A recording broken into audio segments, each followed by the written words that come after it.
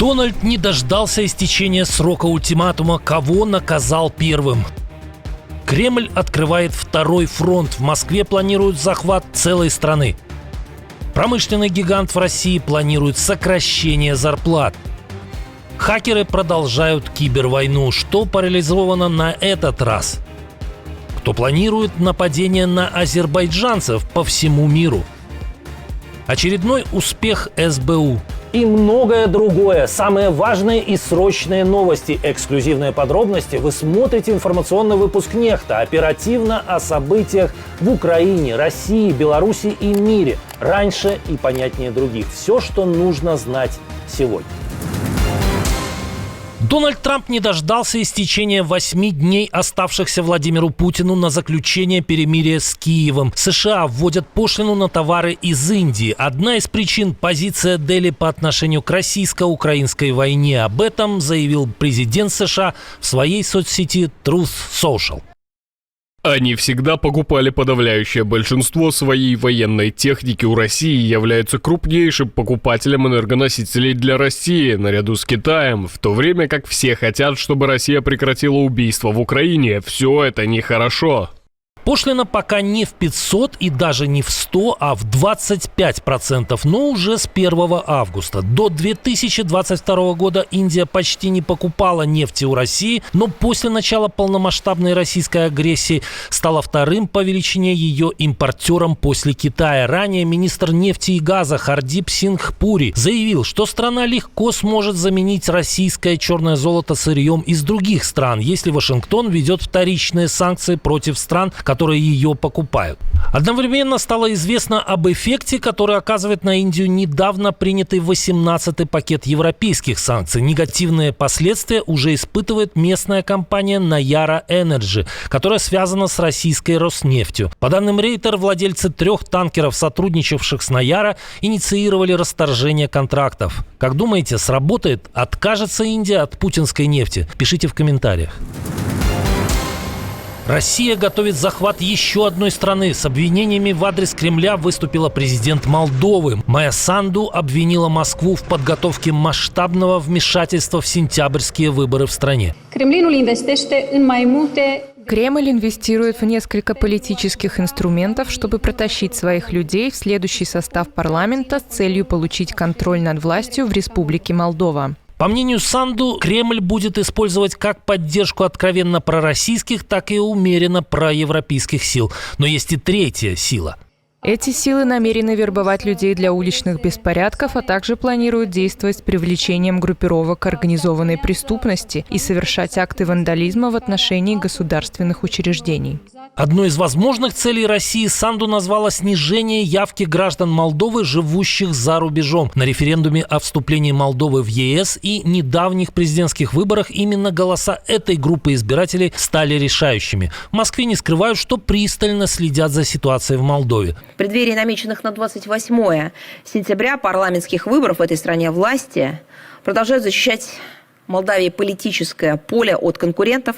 При этом, если Майя Санду не называла конкретные партии и фамилии, то Мария Захарова сдала все явки и пароли, подробно называя тех, кому Кремль неравнодушен. Основной удар приходится на политические силы, которые выступают за свободную и независимую Молдавию и против агрессивного антироссийского курса ее властей. В июне премьер Молдовы Дорин Речан заявил, что Москва планирует использовать сентябрьские выборы для свержения нынешнего правительства страны. Новые власти должны будут, в частности, позволить перебросить в пророссийское Приднестровье 10-тысячный военный контингент, а это создаст потенциальную угрозу и Украине, и члену НАТО Румынии.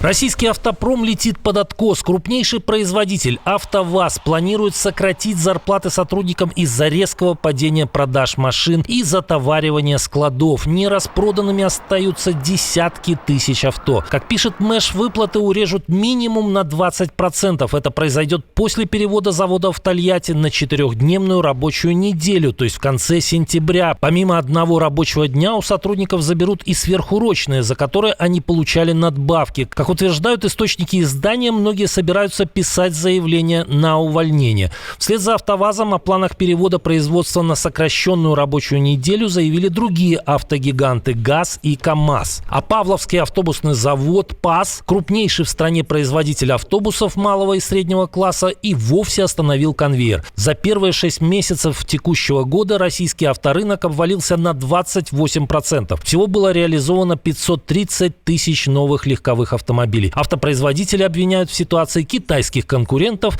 с демпингом и Центробанк с высокой ставкой. Путина с войной не обвиняют. Наша команда существует благодаря вам. Поддержите ее, чтобы мы могли продолжать нашу работу.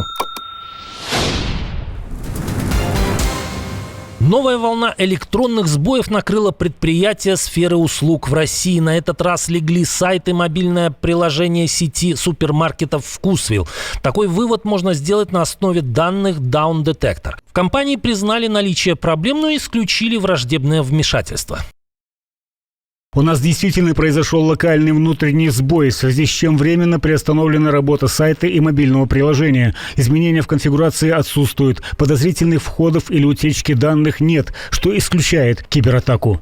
Чем вызваны технические неполадки, во «Вкусвилле» не уточнили. Одновременно с этим перестал функционировать сервис доставки «Самокат». Кроме того, по данным Мэш, хакеры атаковали сеть дискаунтеров «Доброцен». В компании сообщили, что ее сервер парализован. Официальный сайт не открывается, компьютеры не включаются или зависают в вечном обновлении. Атаку связывают с наличием магазинов сети на оккупированных территориях Украины. По оценкам компании, восстановление IT-структуры может занять неделю. 29 июля из-за хакерской атаки остановили работу сети аптек «Неофарм» и «Столички». Сети московских клиник «Семейный доктор» пришлось обслуживать пациентов в порядке живой очереди, а также на время упали сервисы Почты России. Самой масштабной стала кибератака на Аэрофлот 28 июля, ответственность за которую взяли на себя хакеры из групп «Киберпартизаны» и «Silent Crow». Взлом серверов спровоцировал новый коллапс в московских аэропортах. Не состоялось более 100 рейсов, потери оценивают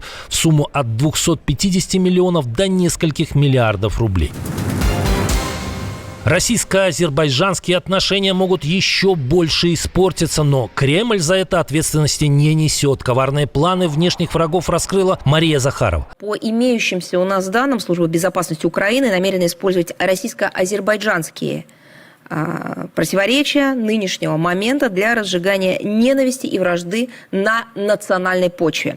В частности, нам известно о планах задействовать перебежчиков из России, готовых за вознаграждение под российским флагом совершать диверсии в отношении граждан, представительств и культурных объектов Азербайджана. На то, что Москва сама не готова сдать назад в своем противостоянии с Баку, стало понятно из последних судебных сводок. В Екатеринбурге оставили под стражей сына главы местной азербайджанской диаспоры Мутвалы Шихлински. А самого Шихлинского-старшего объявили в розыск. Конфликт между Баку и Москвой обострился в конце июня, когда российские силовики начали облавы на представителей азербайджанской диаспоры, обвиняя их в криминальной деятельности. При этом 2 человека, братья Сафаровы, были убиты. Отношения между странами испортились после того, как российское ПВО в декабре сбило азербайджанский пассажирский самолет. А после недавнего призыва Ильхама Алиева к Украине никогда не соглашаться на оккупацию, турбопатриотические российские блогеры призвали ударить по Баку орешником и открыть против Азербайджана второй фронт.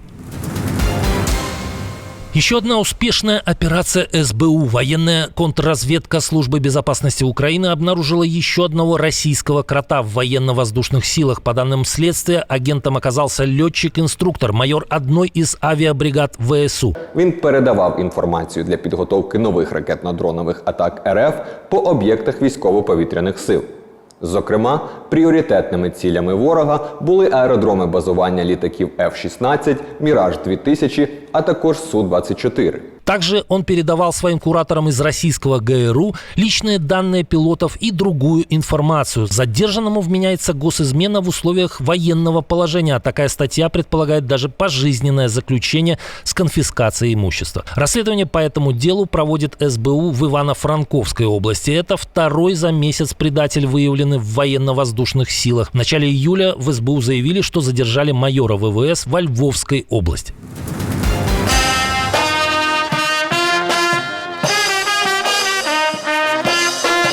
Жил не так, как все, и также ушел. Тысячи поклонников собрались на улицах британского Бирмингема, чтобы проводить в последний путь легенду тяжелого рока Оззи Осборна. Вместо траурного марша оркестр выдавал фрагменты из самых известных хитов. Фронтмена Black Sabbath проводили морем цветов и оглушительными возгласами фанатов.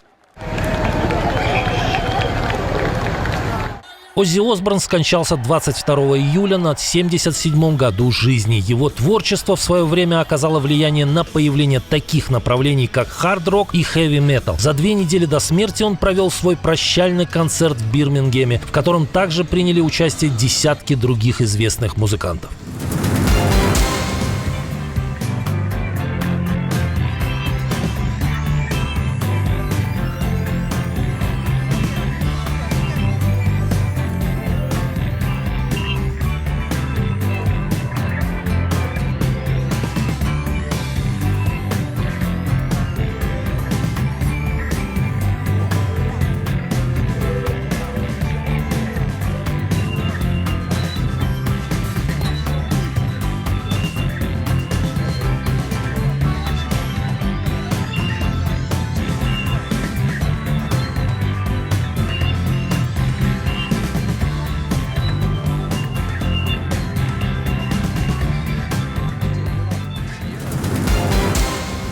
Отдельное спасибо, что смотрите, досматриваете до конца, и спасибо за доверие. Жду ваших развернутых комментариев, лайков и репостов. Это важно, чтобы нас становилось больше.